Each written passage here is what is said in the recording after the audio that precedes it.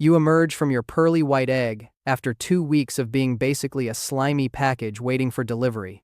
Your first breath of Tasmanian air hits different when you realize you're smaller than a grain of rice and your entire body is basically an exposed organ with a decorative hat on top. Welcome to life at the bottom of the food chain, where even the morning dew could drown you. Your shell is about as protective as a paper umbrella in a hurricane. Sure, it looks fancy with its spiral design, but when everything from birds to beetles sees you as a walking appetizer, that calcium carbonate dome isn't exactly Fort Knox. You're essentially born wearing a target that screams crunchy on the outside, gooey on the inside. The worst part? Your shell grows in a perfect mathematical spiral called a logarithmic spiral, which sounds impressive until you realize math won't save you from becoming someone's breakfast. First order of business? Finding something to eat before something eats you. You slide along on your muscular foot, leaving a silver trail that basically draws a map for predators saying, "Snail went this way." Smart move. Evolution. Really thought that one through. Your radula, that ribbon of thousands of tiny teeth, starts scraping away at some decaying leaf matter. Rotting vegetation. Gordon Ramsay would be so proud. Movement is your biggest joke. While other animals sprint, fly, or hop away from danger, you're cruising at a blazing 0.03 miles per hour. That's right, you could lose a race to a sloth having a bad day. Your only speed setting is geological pace, which means crossing a small rock takes about as long as a Netflix episode. When danger approaches, your defense strategy is pulling into your shell and hoping whatever wants to eat you gets bored before you run out of slime. Speaking of slime, you're basically a mucus factory on overtime.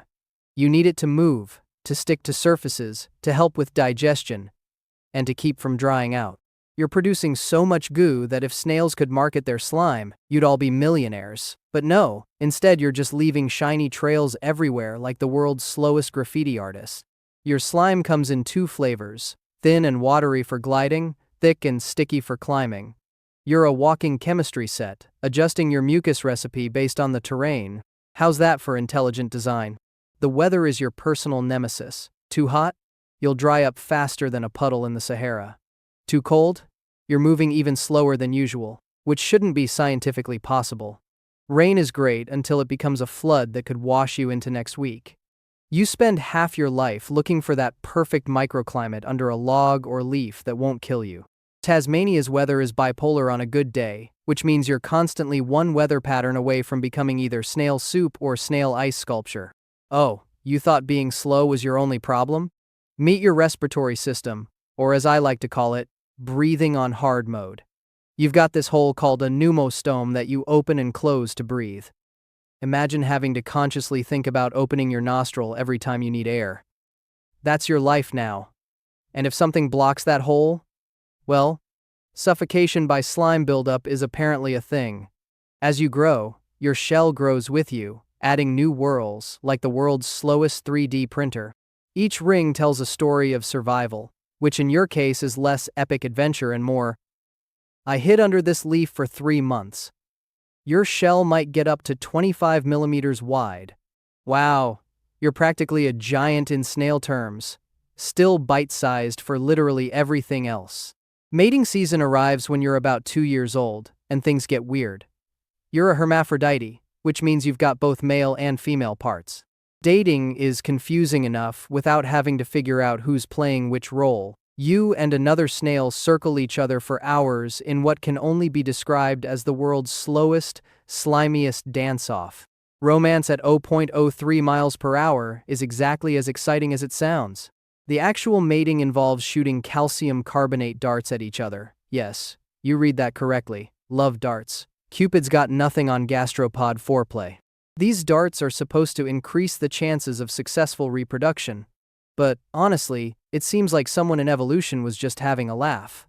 Nothing says romance like being harpooned by your partner. After all that drama, you lay maybe 30 eggs in some moist soil and call it a day. No parental care, no checking in, just dump and dash at snail speed. Those eggs are on their own, just like you were. Circle of life? More like circle of abandonment. Your daily routine is thrilling. Wake up when the humidity is just right, usually at night because you're basically vampire jello. Spend hours searching for food while simultaneously being food. Find a nice patch of fungi or rotting leaves. Scrape, scrape, scrape with your radula until you've eaten a hole through your dinner. Then find somewhere damp to hide before the sun turns you into snail jerky. Predators? Oh, where do we start? Birds see you as escargot to go. Beetles crunch through your shell like it's a fortune cookie. Even other snails might take a bite if they're feeling peckish. Your defense strategies include hiding, playing dead, and producing extra slime. That's it. That's your entire arsenal. You're basically hoping everyone's too full from eating your relatives to bother with you.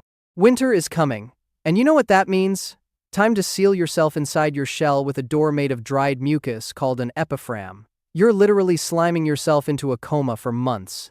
Your metabolism slows to nearly nothing, your heart barely beats, and you're basically the living dead until spring. Hibernation for bears sounds cozy. For you, it's like being buried alive in your own secretions. If you somehow make it to old age, congratulations. You're now a 4-year-old snail, which in human years is like being 147.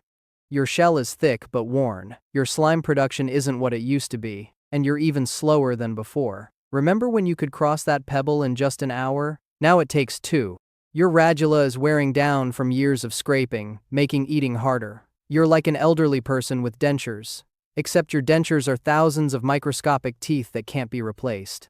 Every meal becomes a struggle, and you're competing with younger, faster snails for the good rotting spots. The indignity of being outrun by other snails is a new low. The mating dance? Forget it. You can barely make it around a leaf, let alone circle another snail for hours. Your love dart days are behind you, and honestly, your aim was never that good anyway. You're the gastropod equivalent of that elderly neighbor who yells at young snails to get off their mushroom. One morning, you don't retreat into your shell fast enough when the sun comes up. The heat starts to dry your mucus before you can produce more. Your body begins to desiccate, pulling away from your shell. You try to move, but your foot won't grip. The slime trail behind you fades to nothing. As dehydration sets in, you realize this is it. 4 years of dodging birds, beetles, and bad weather, all to end up as a tiny raisin with a shell. Your last thought, as your pneumostome closes for the final time, is that at least you're dying at your own pace. Slow and steady loses the race, but hey, you made it to the finish line. Wait, is that a blackbird eyeing your shell? Even in death, you're still on the menu. Your shell will make a nice calcium supplement for some bird's eggs. Your body will fertilize the very plants you spent years eating. You're not just dying, you're becoming a snail smoothie for the ecosystem. Nature's recycling program doesn't mess around, especially when you're already bite-sized and conveniently packaged. There you lie, a dried husk that was once a mighty 25mm titan of the undergrowth. Your slime trail has long since washed away, leaving no evidence of your glacial journeys. That bird pecks at your shell, testing its strength. Crack. There goes your life's work. Your spiral fortress. Your mobile home. The bird tilts its head, decides you're too dried out to bother with, and hops away. Even in death, you're too slow to be useful. Classic snail move right there.